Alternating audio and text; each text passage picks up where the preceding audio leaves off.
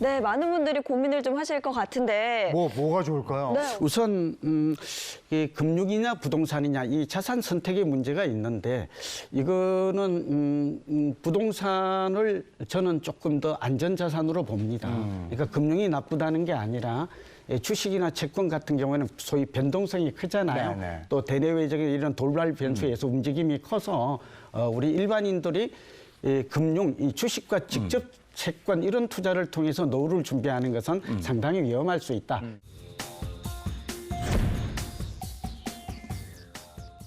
제가 생각하는 한국형 우리 은퇴 준비 솔루션을 좀 소개하고자 하는데요. 네. 주택연금이죠. 오늘 우리의 주제인데요. 한 3억짜리 주택이 70세에 가면 한 91만 원 정도를 받아요. 네. 그렇게 되면 적어도 3, 4억 정도의 주택만 있다면 네. 적어도 100만 원 가까이의 죽을 때까지 평생 부인한테까지도 이 주택연금이 나오는 거거든요. 그리고 다행히 정부는 이 주택연금 여도를 우리 소유자에 맞추어서 많이 지금 개선하고 있어요. 요즘에도 유리하게. 조금 변화가 있더라고요. 그럼요. 네, 신상종 세트도 지난 정부에서 나왔고 네. 지금도 60세 이하도 가입이 가능하게끔 매우 완화 유리하게 바뀌고 있는 거거든요. 그다음에는 농지연금을 제가 꼽아요. 이 농지연금을 아는 분은 좀 드문데 사실은 농지에 가지고 있으면 주말 농장도 하고 한 1억짜리 농지를 가지고 있으면 뭐 은퇴 후에 남는 거는 시간밖에 없다는 거잖아요. 전부 다 산으로 돌아다녀요. 그래서 농지를 가지고 여기에 나이가 먹거리도 만들고 취미생활 이런 생활도 하면 그렇습니까? 우리 고정환 박사가 뭐 얘기 다 하셨어요.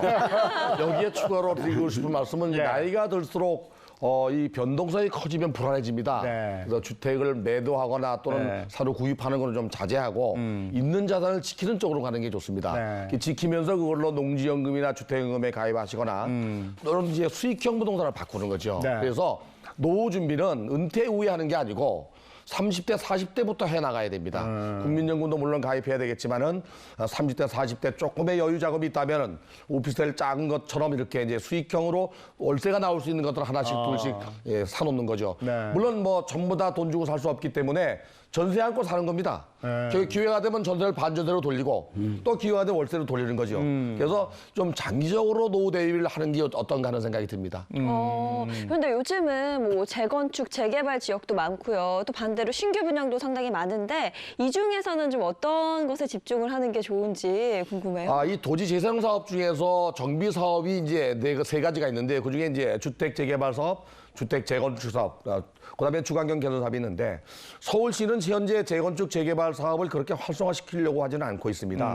근데 문제는 이제 재개발 재건축 사업 지역에 들어가서 사서 사는 건 좋습니다. 미래 가치가 있기 때문에. 그러나 재테크식으로 사놓는 경우에는 그 오랜 기간 동안 돈이 묶입니다. 이자도 안 나옵니다. 물론 나중에 개발된 이후에 캐피탈 게인이 발생할 수 있죠. 매각 차익 발생할 수 있기 때문에 투자자 입장에서 볼 때 내가 그 지역에서 산다면은 추천하고 싶습니다. 그러나 투기 목적으로 산다면은 그거는 바람직하지 않다고 생각이 돼요. 그러나 서울시는 이제 노후 불량 주택이 많기 때문에 그래도 택지가 부족한 시장에서 장기적으로 깨끗한 주택을 구입하면서 가격이 오를 수 있는 지역이라면 결국에는 이제 재건축 재개발 사업입니다.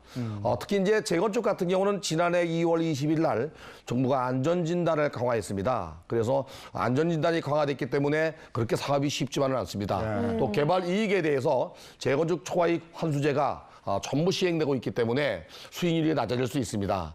그래서 잘 가려서 소형으로 들어가는 게 좋습니다. 큰 거 비싼 걸 사게 되면 오랜 시간 묶이게 됩니다. 재건축 그 집을 가지고 있는 어떤 할아버지가 손주가 태어나니까 야 너나 살겠다 야. 그렇게 볼 수 있는데요. 저는 재건축 재개발은 영원한 투자 테마라는 말씀을 드려요. 그러니까 서울 같은 경우에는 재건축 재개발 외에 택지가 없습니다.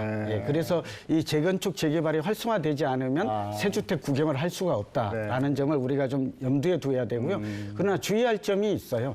재건축 재개발이 아무리 투자가 유망하다, 자산 가치가 뛰어나다 하더라도 앞서 우리가 얘기했습니다만 고점에서 매입하게 되면 상당한 가격 폭락, 거품 붕괴를 경험할 수밖에 없거든요.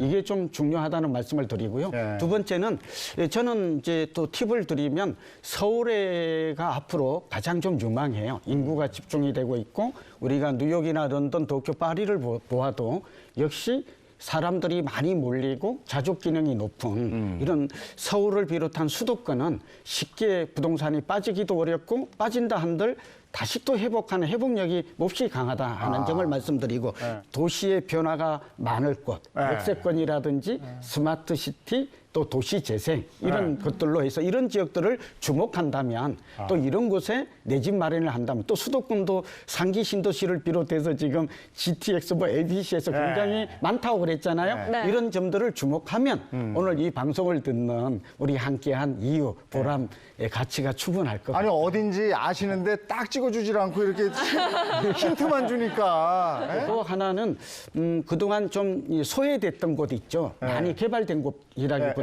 이게 서울시가 균형 발전을 통해서 하겠다는 거거든요. 그래서 지금 서울시만 놓고 보면 홈페이지에 들어가면 제가 말하는 것들이 다 나와 있어요. 다만 방송이라서 잘못 얘기하면 토기를 부채질하는 미루어 짐작하도록 하겠습니다. 그래서 한강변 몹시 유망하고요.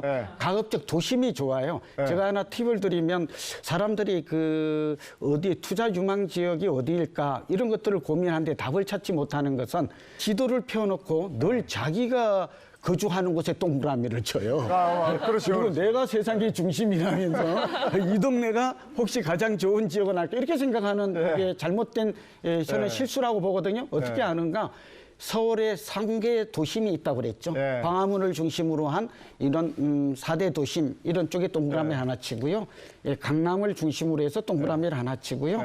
그다음에 그냥 서울시에 나와 있습니다. 여의도, 영등포 그리고 용산을 이렇게 동그라미를 치고 그 지역은 비싸잖아요. 인접 지역으로 가는 방법이 있어요. 이걸 우리는 인접성 효과라고 그러고요. 그게 안 되면 다시 또 옆으로 가는 겁니다. 그러니까 도시의 중심 내지는 우리가 지도로 보았을 때 도심권이 유리하다라는 말씀을 드리고 또 하나 팁은 만약 자금이 부족하면 관문 지역이라고 해서 서울의 변두리이면서 뭐 김포와 서울시의 접경이 있겠죠. 고향과 서울시의 접경이 있겠죠. 네. 또 이 광명시와의 접경이 있겠죠. 이러한 곳들을 우리가 생각하는 것도 여기에 교통망이 확충된다든지 신도시가 들어선다면 금상첨화가 아닐까 꿀팁을 드립니다. 야, 다 나왔는데 여기에 덧붙여서 공 교수님도 좀 이 그 자동차를 편리한 만큼 위험합니다. 물이나 불은 우리에게 꼭 필요하지만 또 생명을 앗아갈 수 있죠. 재개발 재건축이 돈 되지만 위험합니다. 무슨 얘기냐면 2015년도 기준으로 우리나라의 빈집이 106만 9천 가구라고 발표했습니다. 서울에만 7만 가구가 넘습니다. 서울에 7만 가구의 빈집이 있다는 건 상상이 안 가시겠죠? 돈 있으면 강남에 살고 싶지요. 서울에 살고 싶고 적견 지역에 살고 싶죠. 그러나 내가 편리한 지역, 내가 원하는 지역, 내 수준에 맞는 지역에 투자하는 것이 가장 바람직합니다.